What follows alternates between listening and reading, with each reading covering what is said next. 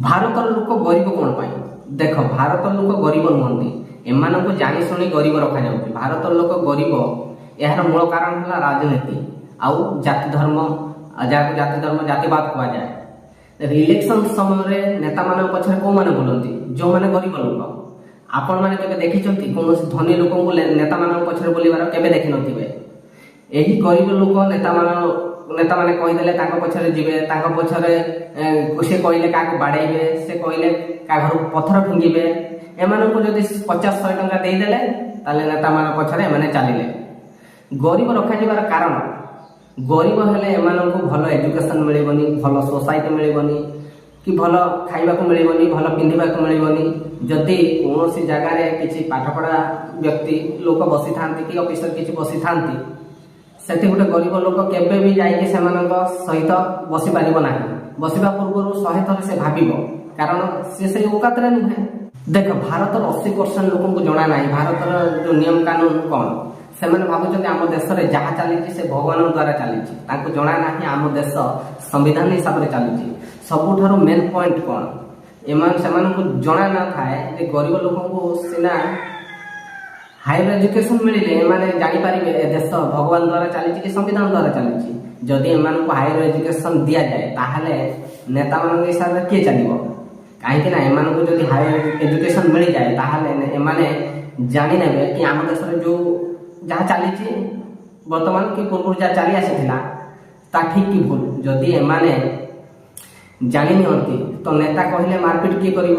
କି ନେତା କହିଲେ କାହା ଘରକୁ ପଥର ମାଡ଼ କିଏ କରିବ? ଅଣ୍ଡା ମାଡ଼, ଟମାଟର ମାଡ଼ କିଏ କରିବ? ଆଉ ହିନ୍ଦୁ ମୁସଲିମ ଭିତରେ ଝଗଡ଼ା କିଏ ଲାଗିବ? ଏମାନଙ୍କୁ ଗରିବ ରଖାଗଲେ ଏମାନଙ୍କୁ ଇଲେକ୍ସନ ସମୟରେ କିଣିବା ପାଇଁ ସହଜ ହୋଇଥାଏ। ଏମାନେ ଆପଣ ଦେଖିବେ ପ୍ରତ୍ୟେକ ଇଲେକ୍ସନ ସମୟରେ ପ୍ରତ୍ୟେକ ଗରିବ ପରିବାରକୁ ନେତାମାନେ ପଇସା ବାଣ୍ଟିଥିବେ ଆଉ 5,000 ଦେଇକି ଏମାନଙ୍କୁ କିଣି ନେଇଯାଆନ୍ତି। ଦେଖ, ଆମ ଦେଶର ହେଲା 2ଟି ଜାତି, ଗୋଟେ ହେଲା ଧନୀ ଆଉ ଗୋଟେ ହେଲା ଗରିବ। ଆମ ଦେଶର 2ଟି ନିୟମ, ଗୋଟେ ଗରିବ ପାଇଁ ନିୟମ ଆଉ ଗୋଟେ ଧନୀ ଲୋକଙ୍କ ପାଇଁ ନିୟମ। ଆମ ଦେଶରେ ଗରିବଙ୍କ ପାଇଁ ସରକାରୀ ସ୍କୁଲ, ଧନୀ ଲୋକଙ୍କ ପାଇଁ ପ୍ରାଇଭେଟ ସ୍କୁଲ। ଆମ ଦେଶରେ ଗରିବଙ୍କ ପାଇଁ ସରକାରୀ ହସ୍ପିଟାଲ, ଧନୀଙ୍କ ପାଇଁ ପ୍ରାଇଭେଟ ହସ୍ପିଟାଲ।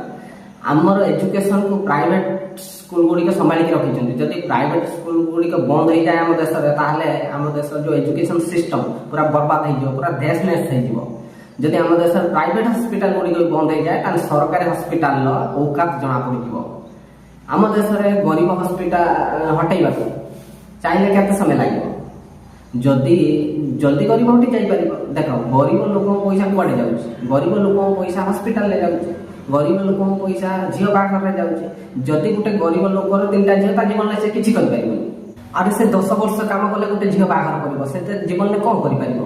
ଯଦି କୌଣସି ଗରିବ ଲୋକ ପରିବାର କେହି ବେମାରରେ ପଡ଼ୁଛି, ଯାହା ଥିବ ତା ଘରେ ସୁନା ଗହଣା ଜମି ବାଡ଼ି ସବୁ କିଛି ବିକ୍ରି ହେଇଯିବ। ଆପଣ ଚିନ୍ତା କରନ୍ତୁ, ଆମ ଦେଶ ଯେବେ ସ୍ୱାଧୀନ ହେଲା ତାର ଠିକ୍ 15 ବର୍ଷ ପରେ ସିଙ୍ଗାପୁର ସ୍ୱାଧୀନ ହେଲା। କିନ୍ତୁ ସିଙ୍ଗାପୁର ଆମଠାରୁ ବହୁତ ଆଗରେ।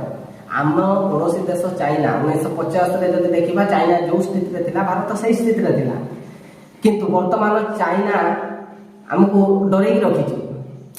ଚାଇନାର ଇନଫ୍ରାଷ୍ଟ୍ରକ୍ଚର, ଟେକ୍ନୋଲୋଜି, ହସ୍ପିଟାଲ, ସ୍କୁଲ, ଭାଇ ଚାଇନାରେ ପ୍ରାଇଭେଟ ସ୍କୁଲ ନାହିଁ, ଚାଇନାରେ ସବୁ ଗଭର୍ଣ୍ଣମେଣ୍ଟ ସ୍କୁଲ ଆଉ ହାଇ କ୍ୱାଲିଟିର ସ୍କୁଲ। ଆମ ଭାରତର ପ୍ରାଇଭେଟ ସ୍କୁଲଠୁ ବି ହାଇ କ୍ୱାଲିଟିର ଚାଇନାର ଗଭର୍ଣ୍ଣମେଣ୍ଟ ସ୍କୁଲ। ଚାଇନାର ସରକାରୀ ସ୍କୁଲରେ 3rd କ୍ଲାସର ଥାର୍ଡ କ୍ଲାସରେ ଏଆଇ ଆର୍ଟିଫିସିଆଲ ଇଣ୍ଟେଲିଜେନ୍ସ ପାଠ ପଢ଼ା ହେଉଛି, ଆଉ 3rd କ୍ଲାସରେ କମ୍ପ୍ୟୁଟର ବି ପଢ଼ା ହେଉଛି।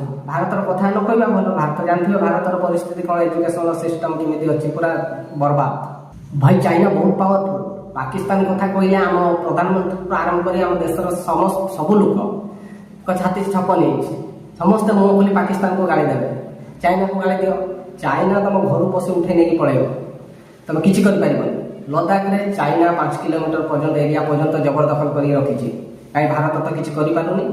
ପାର୍ଲାମେଣ୍ଟରେ ମନ୍ତ୍ରୀ ମିନିଷ୍ଟର ଜବାବ ରଖୁଛନ୍ତି, ଭାରତ ସୀମା ଠିକ୍ ସେ ମାର୍କିଂ ହେଇନାହିଁ। ଆରେ ଇଏ କି ମୂର୍ଖାମି? ଯଦି ଆମ ପ୍ରଧାନମନ୍ତ୍ରୀଙ୍କର 56 ଇଞ୍ଚ ଛାତି, ତାହେଲେ ଚାଇନା ବିରୁଦ୍ଧରେ ଏ କାମକୁ ଯେଉଁ ଚାଇନା କରୁଛି ଏବଂ ନିନ୍ଦା କରୁନି ନା, ତମେ ନିନ୍ଦା କରିପାରିବନି କି ବିରୋଧ କରିପାରିବନି, ତମର ହିମ୍ମତ ନାହିଁ। ଯଦି ଗୋଟେ ସମୟରେ ଜାପାନ ଚାଇନାରେ ପଶି ଚାଇନିଜ ଭାଷା ଉପରେ ପ୍ରତିବନ୍ଧକ ଲଗେଇଥିଲା, ଆଜି ସେଇ ଚାଇନାକୁ ଡରୁଛି ଜାପାନ। ଶେଷରେ ଗୋଟେ କଥା କହିବି, ଭାରତକୁ ଡେଭଲପ କରିବାକୁ ହେଲେ ଜାତିବାଦ, ଧର୍ମ ଏସବୁକୁ ଖତମ କରିବାକୁ ପଡ଼ିବ।